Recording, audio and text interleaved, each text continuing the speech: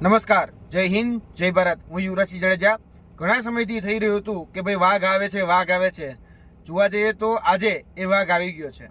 એટલા માટે કેમ કે ઘણા સમયથી ચર્ચાઓ ચાલતી હતી કે પોલીસ વિભાગમાં નવા આરઆર એટલે કે રિક્રુટમેન્ટ રૂલ્સ આવી રહ્યા છે, પરંતુ જોઈએ તો અલગ અલગ માધ્યમોમાં ફક્ત ચર્ચાઓ જ ચાલતી હતી. આજે એ જે રિક્રુટમેન્ટ રૂલ્સ છે એ રિક્રુટમેન્ટ રૂલ્સ અધિકૃત રીતે આવી ગયા છે. એટલે સૌપ્રથમ તો એ પોલીસ વિભાગનો આભાર કે જે વિદ્યાર્થીઓ જેની આતુરતાપૂર્વક રાહ જોઈ રહ્યા હતા એમાં ઝડપથી આ નિર્ણય આવ્યો.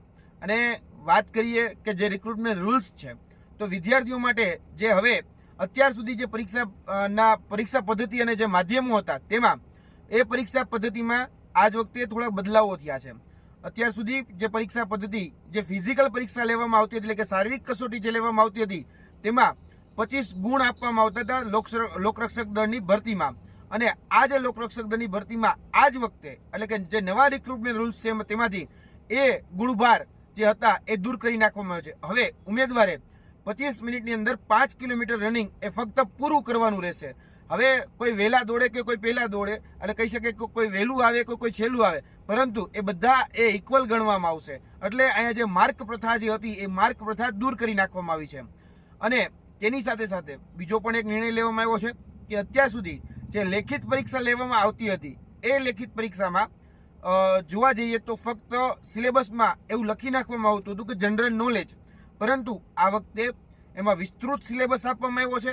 અને તેની સાથે સાથે 100 માર્કનું જે પેપર હતું એમસીક્યુ બેઝનું, હવેથી એ પેપર 200 માર્કનું કરવામાં આવ્યું છે.